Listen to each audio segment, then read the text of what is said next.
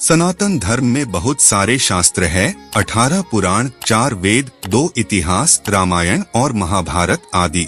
आज के समय में इतना सब पढ़ना थोड़ा मुश्किल है। अगर सिर्फ पुराणों की ही बात करें तो सब पुराणों की श्लोक संख्या कुल मिलाकर 4 लाख होती है। तो और क्या उपाय है जिससे कि सभी प्रमुख शास्त्रों का ज्ञान प्राप्त किया जा सके? तो विभिन्न पुराण इस बात की पुष्टि करते हैं कि सिर्फ श्रीमद् भागवत महापुराण से भी ज्ञान, वैराग्य और भक्ति प्राप्त की जा सकती है। इसकी तो बात ही क्या, मोक्ष तक प्राप्त किया जा सकता है। शैव पुराण हो या वैष्णव पुराण हो, दोनों एक मत होकर इसकी प्रशंसा करते हैं। श्रीमद् भागवत महापुराण में 18,000 श्लोक हैं।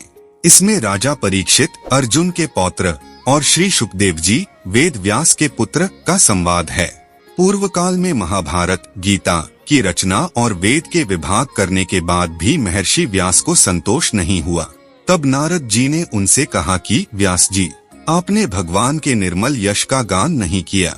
आपने धर्म आदि पुरुषार्थों का जैसा निरूपण किया है, भगवान श्री कृष्ण की महिमा का वैसा निरूपण नहीं किया। तब उन्होंने इस भागवत महापुराण निर्माण किया। इसमें 12 स्कंद है, जिसमें अलग अलग अध्याय हैं।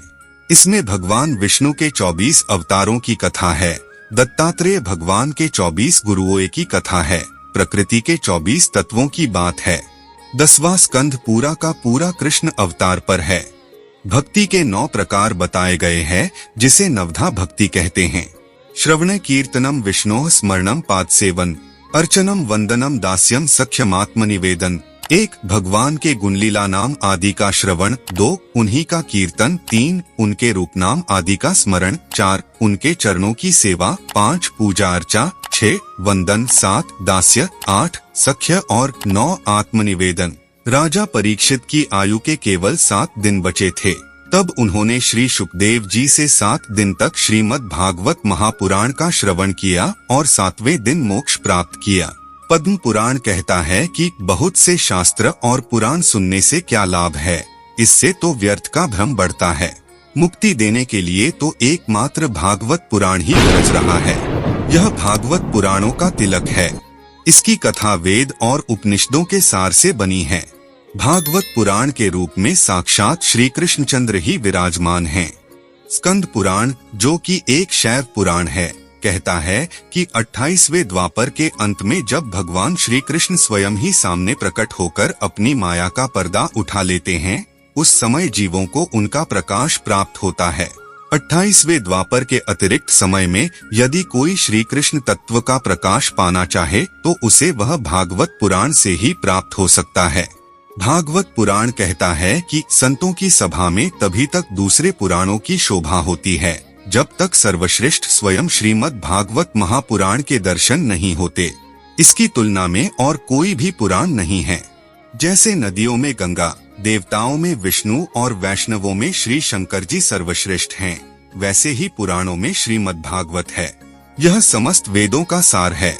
सबसे पहले ब्रह्मा जी के प्रार्थना करने पर श्री भगवान ने अपने नाभिकमल पर स्थित ब्रह्मा जी को 4 श्लोकों के रूप में, जिसे चतुश्लोकी भागवत कहते हैं, इस पुराण का उपदेश दिया था। फिर ब्रह्मा जी ने इस विश्व की रचना की। ब्रह्मा जी ने देवर्षि नारद को उपदेश किया और नारद जी ने व्यास जी को। तदंतर व्यास जी ने सुखदेव जी को और श्री सुखदेव जी ने राजर्षि परीक्षित को उपदेश किया। कलयुग की शुरुआत में जब भक्ति और उसके पुत्र ज्ञान और वैराग्य जर्जर हो गए थे, तब नारद जी ने वेदध्वनि, वेदांत घोष और बार बार गीता पाठ सुनाया, पर फिर भी वह तीनों नहीं जगाए जा सके।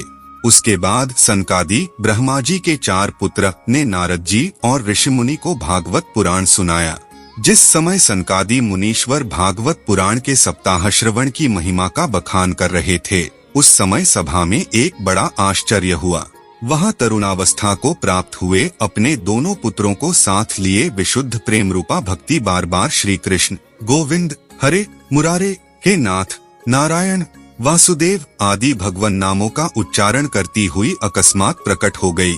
उस समय अपने भक्तों के चित्त में अलौकिक भक्ति का प्रादुर्भाव हुआ देख भक्त वत्सल श्री भगवान अपना धाम छोड़कर वहाँ पधारे। पद्म पुराण के अनुसार जब भगवान श्री कृष्ण इस धरा को छोड़कर अपने नित्य धाम को जाने लगे, तब उद्धव जी ने उनसे कहा कि आपका वियोग होने पर भक्तजन पृथ्वी पर कैसे रह सकेंगे। तब भगवान ने अपनी सारी शक्ति भागवत पुराण में रख दी। वे अंतर्धान होकर इस भागवत पुराण में प्रवेश कर गए। इसलिए यह भगवान की साक्षात शब्दमयी मूर्ति है। इसके सेवन, श्रवण, पाठ अथवा दर्शन से ही मनुष्य के सारे पाप नष्ट हो जाते हैं। हजारों अश्वमेध और सैकड़ों वाजपेय यज्ञ इस भागवत पुराण कथा का 16वां अंश भी नहीं हो सकते। संसार में भागवत पुराण की कथा का मिलना अवश्य ही कठिन है। जब करोड़ों जन्मों का पुण्य होता है तभी इसकी प्राप्ति होती है। भागवत पुराण का सप्ताह श्रवण यज्ञ से बढ़कर है, व्रत से बढ़कर है, तप से कहीं बढ़कर है, तीर्थ सेवन से तो सदा ही बड़ा है, योग से बढ़कर है, यहाँ तक कि ध्यान और ज्ञान से भी बढ़कर है। अजी, इसकी विशेषता का कहाँ तक वर्णन करें, यह तो सभी से बढ़ चढ़कर है। अगर आपको यह प्रस्तुति ज्ञानवर्धक लगा हो तो कमेंट में जय श्री कृष्णा जरूर लिखें। धन्यवाद।